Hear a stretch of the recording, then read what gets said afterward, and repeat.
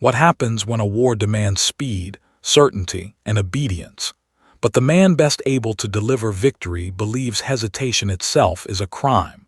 And how did that collision of pressure, uncertainty, and consequence turn George S. Patton into one of the most dangerous generals of World War II at the very moments his superiors feared he might become uncontrollable?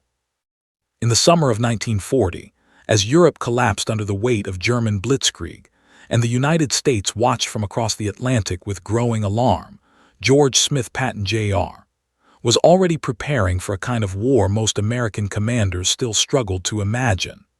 The fall of France was not merely a geopolitical shock.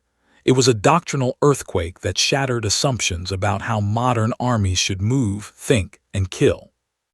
For Patton, the German victory confirmed ideas he had been refining since the interwar years.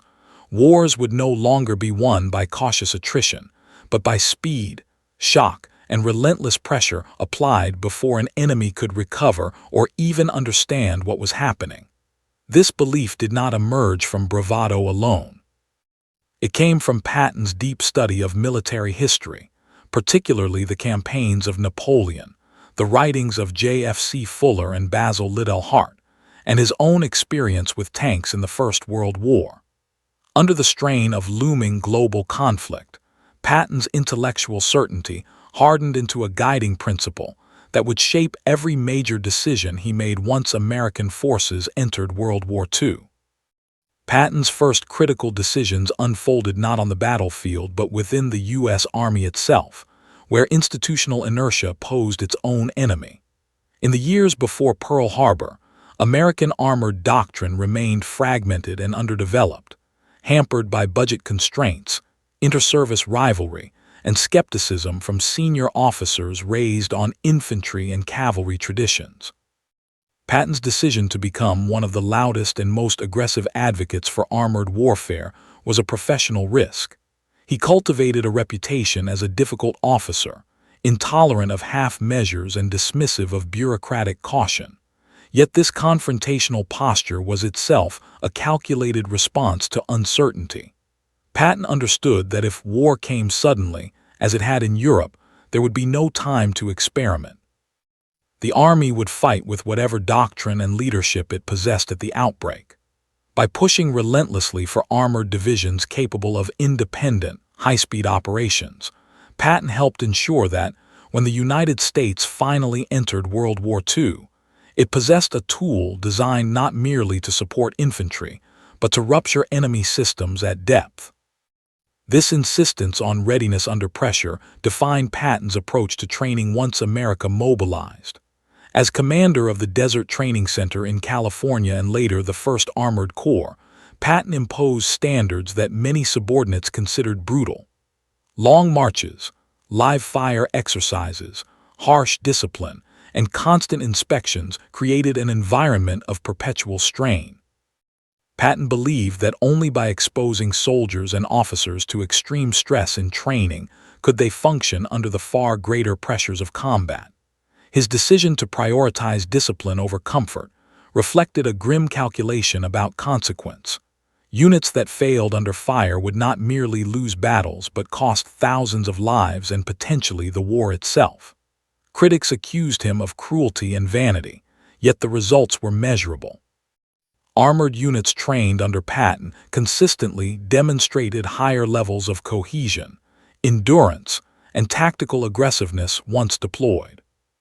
The entry of the United States into World War II after Pearl Harbor transformed Patton from a controversial trainer into a field commander, facing immediate and unforgiving tests. His first major combat command came during Operation Torch in North Africa in November 1942, where uncertainty dominated every aspect of planning. American forces were inexperienced, Allied command structures were fragile, and political considerations complicated military objectives. Patton's decision-making during the landings in Morocco revealed his instinctive response to chaos: impose order through decisive action. When initial landings encountered confusion and resistance, Patton personally went ashore, pistol on his hip, to impose discipline and accelerate the advance. This was not theatricality for its own sake, but a deliberate attempt to restore momentum before hesitation could metastasize into failure. North Africa also exposed the costs of Patton's approach. Following the American defeat at Kasserine Pass in February 1943, where poorly led U.S. forces were mauled by experienced German units, Allied leaders faced a crisis of confidence. The consequences extended beyond tactical loss. They threatened to undermine faith in the American Army as a viable partner in coalition warfare. Patton's appointment to command II Corps was itself a high-stakes decision by Dwight D. Eisenhower, who needed a commander capable of restoring discipline and offensive spirit under intense scrutiny. Patton responded by imposing strict standards, enforcing uniform regulations even at the front, and making it clear that failure would not be tolerated. Critics later caricatured these actions as superficial, yet they served a deeper psychological purpose. By reasserting authority and predictability, Patton reduced uncertainty within the ranks and redirected fear outward, toward the enemy. Patton's subsequent offensive operations in Tunisia demonstrated how his decisions translated pressure into operational effectiveness. He favored rapid, coordinated attacks supported by artillery and armor, seeking to keep German and Italian forces off balance. His insistence on aggressive patrolling and immediate counterattacks reflected a belief that yielding initiative invited disaster. These decisions were not made in a vacuum. They occurred under the constant pressure of Allied expectations, political oversight, and the knowledge that any further failure could permanently sideline American forces. The result was a series of hard-fought engagements that restored confidence in U.S. combat capability and set the stage for Allied victory in North Africa. The Sicilian campaign in 1943 further revealed the dual nature of Patton's decision-making under pressure. As commander of the U.S. 7th Army, Patton initially received a supporting role subordinate to British General Bernard Montgomery. The Allied plan envisioned Montgomery's 8th Army as the primary force advancing toward Messina, with Patton protecting the flank. When the campaign bogged down and German resistance stiffened, Patton faced a critical decision: adhere strictly to the original plan or exploit emerging opportunities to advance aggressively. Choosing the latter, Patton launched a series of rapid maneuvers across western and northern Sicily, capturing Palermo and racing toward Messina. This decision was shaped by uncertainty on multiple levels. Intelligence on German intentions was incomplete, Allied coordination was strained, and political sensitivities between American and British commanders loomed large. Yet Patton judged that speed could compensate for imperfect information, and that seizing key terrain quickly would limit German options. The consequences of this choice were profound. Patton's advance tied down German forces, disrupted their withdrawal plans, and demonstrated the operational potential of aggressive maneuver warfare.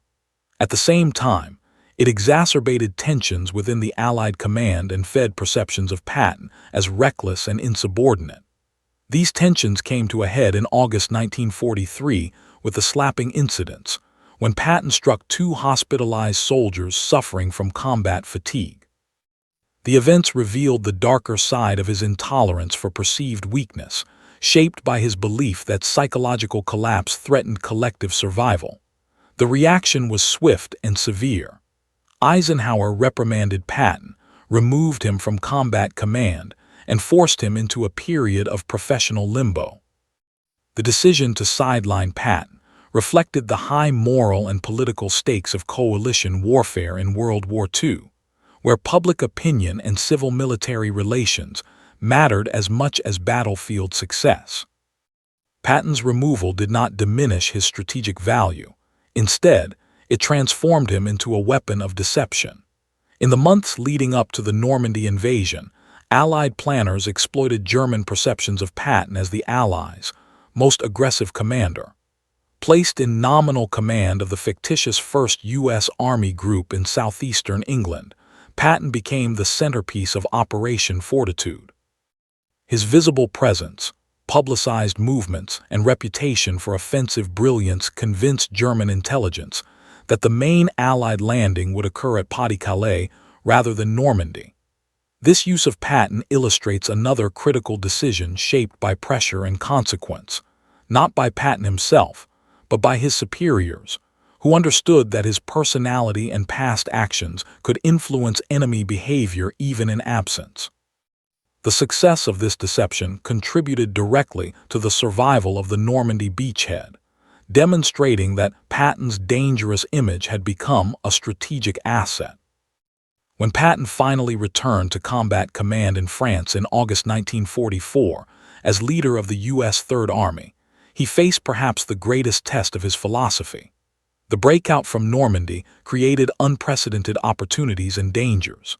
German forces were reeling but not yet defeated, Allied supply lines were stretched to the limit, and command decisions carried enormous consequences for the course of World War II in Western Europe.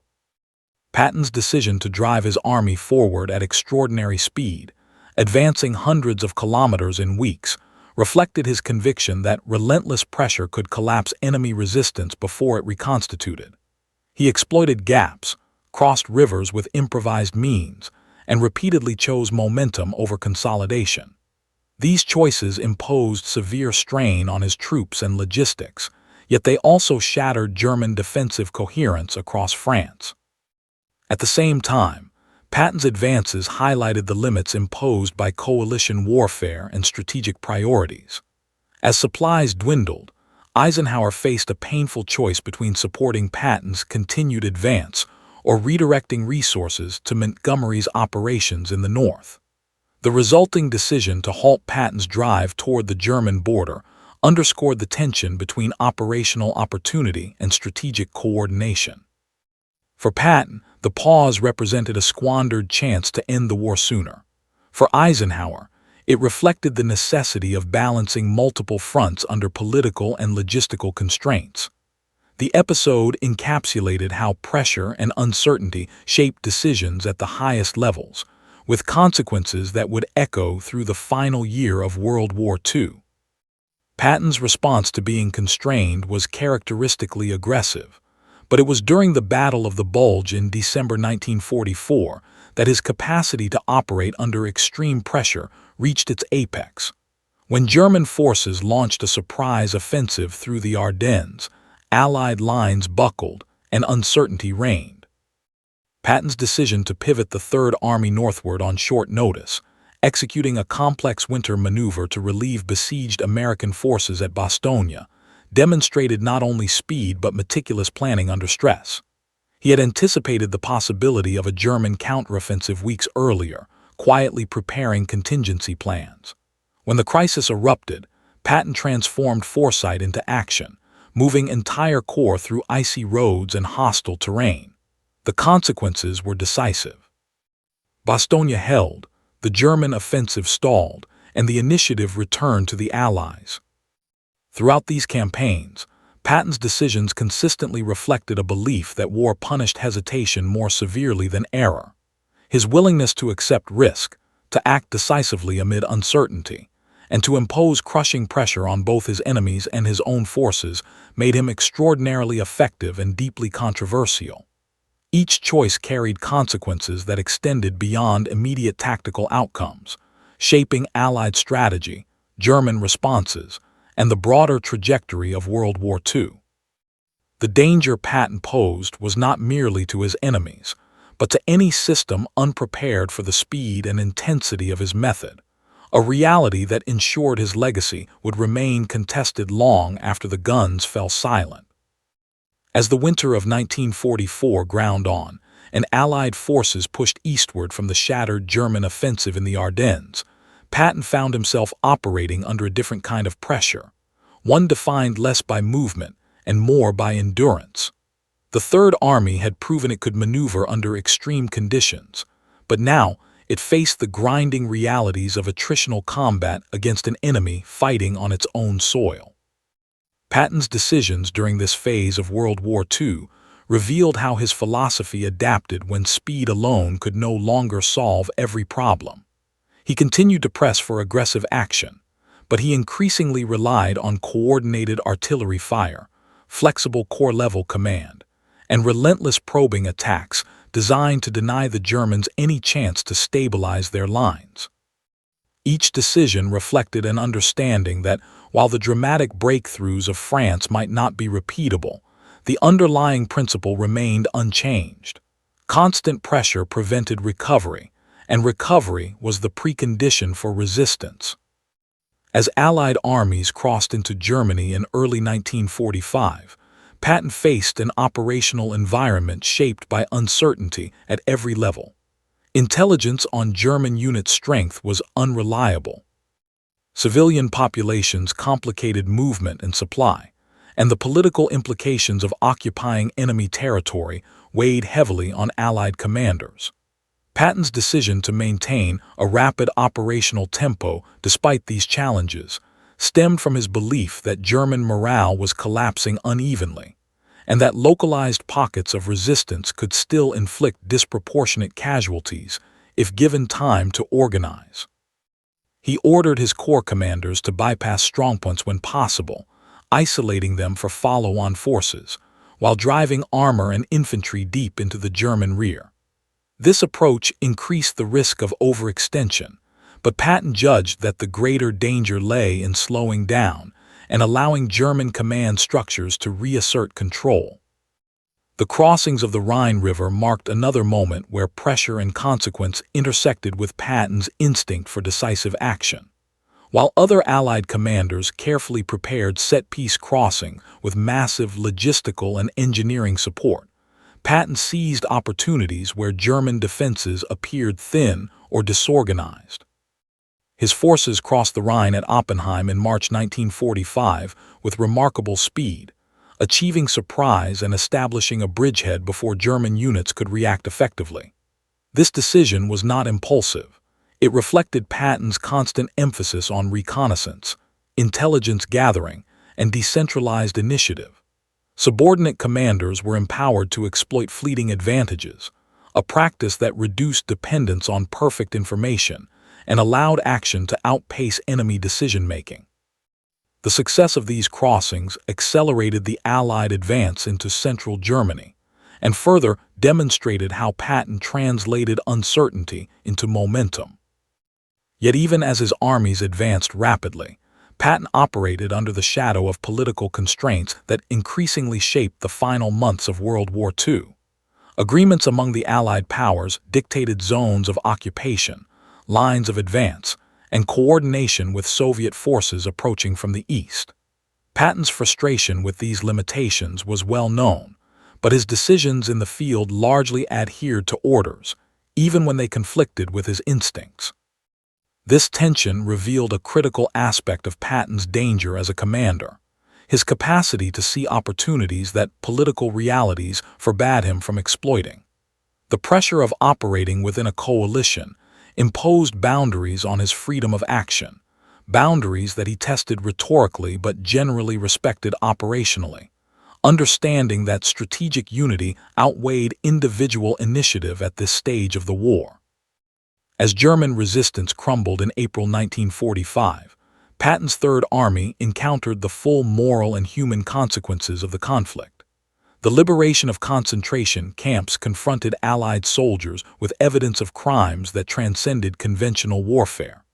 Patton's reaction was complex, and at times troubling, shaped by his focus on military objectives and his difficulty reconciling the scale of atrocity with his understanding of war as a contest between armed forces. Nevertheless, his decisions ensured that these sites were secured, documented, and turned over to appropriate authorities. The pressure of advancing operations did not excuse inaction, and Patton's army continued to move forward while confronting the realities of what the war had produced. With the collapse of Nazi Germany imminent, Patton's attention increasingly turned to the emerging uncertainty of the post-war world. He recognized, earlier than many of his peers, that the defeat of Germany would not bring an end to strategic rivalry. His outspoken views on the Soviet Union, shaped by his experiences and observations during the final campaigns, placed him at odds with Allied political leadership. These views did not translate into operational decisions during active combat, but they influenced how Patton interpreted events and framed his understanding of consequence. In his mind, World War II was not merely ending, it was transforming into a new and potentially more dangerous confrontation, one that he believed demanded the same clarity and decisiveness he had applied on the battlefield. Patton's final months as an active commander were marked by a strange combination of triumph and marginalization. His army had advanced farther and faster than any other American force in Europe, yet his influence on post-war planning was limited by political realities and his own inability to temper his language. Decisions by senior leadership gradually reduced his role, reassigning him to occupational duties that he viewed as secondary to the central task of shaping the post-war order. This transition underscored a recurring theme in Patton's career. The very qualities that made him effective under the pressures of combat proved problematic in environments defined by diplomacy, reconstruction, and restraint. Throughout these final phases of World War II, Patton's decision-making remained consistent in its underlying logic. He sought to dominate uncertainty through action, to impose consequences on the enemy before they could impose consequences on him, and to treat time as the most precious resource in war. Even when constrained, his influence shaped the behavior of those around him, from subordinate commanders who adopted his emphasis on initiative to adversaries who struggled to respond to his unpredictability. The danger Patton represented was never solely a function of aggression. It lay in his capacity to compress decision cycles, to force others into reactive positions, and to transform pressure into a weapon. As the war in Europe ended and the world confronted the aftermath of unprecedented destruction, the decisions that had defined Patton's wartime career continued to reverberate.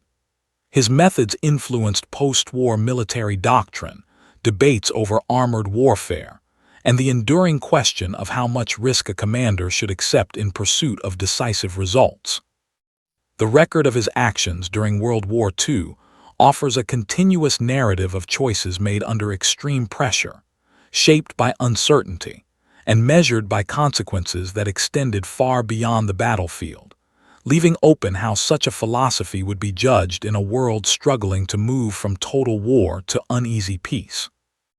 In the immediate aftermath of Germany's surrender, Patton's operational environment shifted again, this time from combat pressure to the ambiguous authority of military occupation. The Third Army now controlled vast areas of southern Germany, responsible not only for security, but for administering millions of civilians, displaced persons, and surrendered enemy troops. Patton's decisions in this period revealed how deeply his wartime mindset shaped his responses to uncertainty.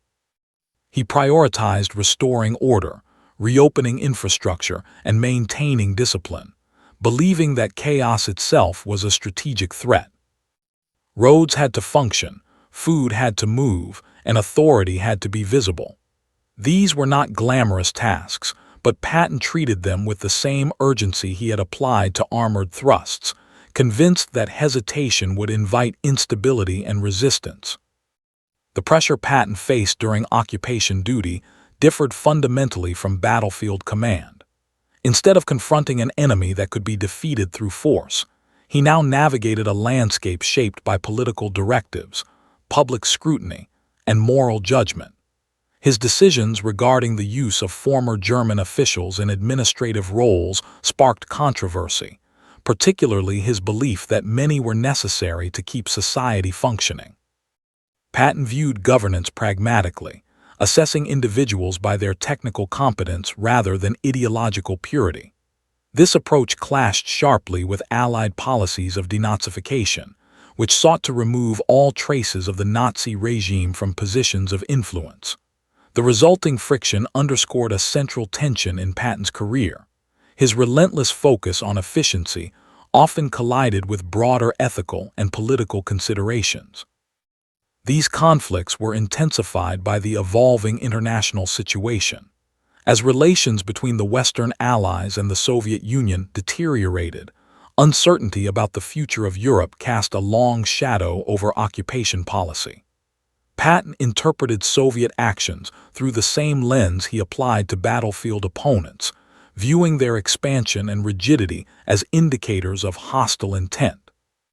His outspoken comments reflected a belief that failure to confront emerging threats decisively would carry severe consequences, a conviction rooted in his experience of World War II's early years, when delayed responses had proven disastrous.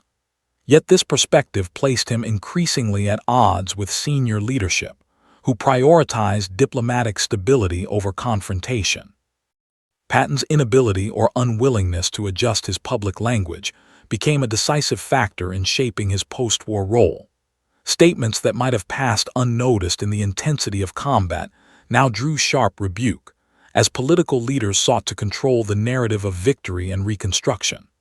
The same qualities that had made Patton a formidable commander under fire, his bluntness, confidence, and intolerance for ambiguity, became liabilities in a world governed by negotiation and restraint. Decisions by higher authorities to reassign and marginalize him reflected an assessment that his presence carried risks disproportionate to his utility in the new strategic environment. Despite these limitations, Patton continued to influence the officers who had served under him. His emphasis on initiative, speed, and decentralized command had left a lasting imprint on American operational thinking. Many of his subordinates would later shape U.S. Army doctrine during the early Cold War, drawing lessons from World War II that emphasized rapid maneuver and the importance of seizing opportunities before an adversary could respond.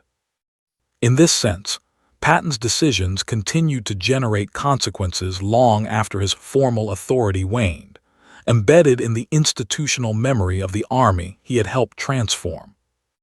The pressures Patton experienced in these final months also highlighted the broader challenge of transitioning from total war to peace.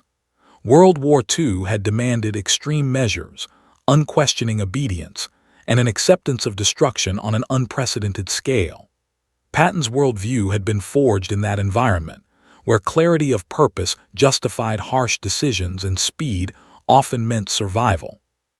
The post-war order, by contrast, required compromise, patience, and sensitivity to political nuance. Patton's difficulty navigating this shift illustrated how profoundly World War II had shaped the men who fought it, leaving some ill-suited to the conditions their victories created.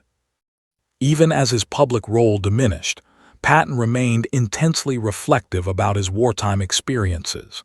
He reviewed campaigns, critiqued decisions, and measured outcomes against his own standards of success. For Patton, the question was never simply whether objectives had been achieved, but whether they had been achieved as quickly and decisively as possible. This fixation on tempo reflected a deeper belief that war magnified the cost of indecision, a lesson reinforced by every campaign of World War II in which early hesitation had produced cascading failures. His assessments were not always generous to others, but they were consistent with the internal logic that had guided his command decisions from North Africa to Germany. The legacy of Patton's decisions became a subject of debate almost immediately, as historians, soldiers, and political leaders sought to interpret his impact on World War II. Some emphasized the risks he took and the controversies he generated, arguing that his aggressiveness could have produced catastrophic outcomes under slightly different circumstances. Others pointed to the tangible results of his campaigns, where speed and pressure repeatedly dislocated enemy forces and shortened battles. This tension between risk and reward lay at the heart of Patton's reputation as a dangerous general, not because he courted disaster recklessly, but because he operated closer to the limits of acceptable risk than most of his contemporaries.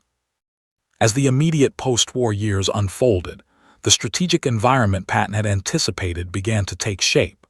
The division of Europe, the consolidation of Soviet influence in the East, and the emergence of new military doctrines all echoed concerns he had voiced, albeit in ways that exceeded his direct involvement.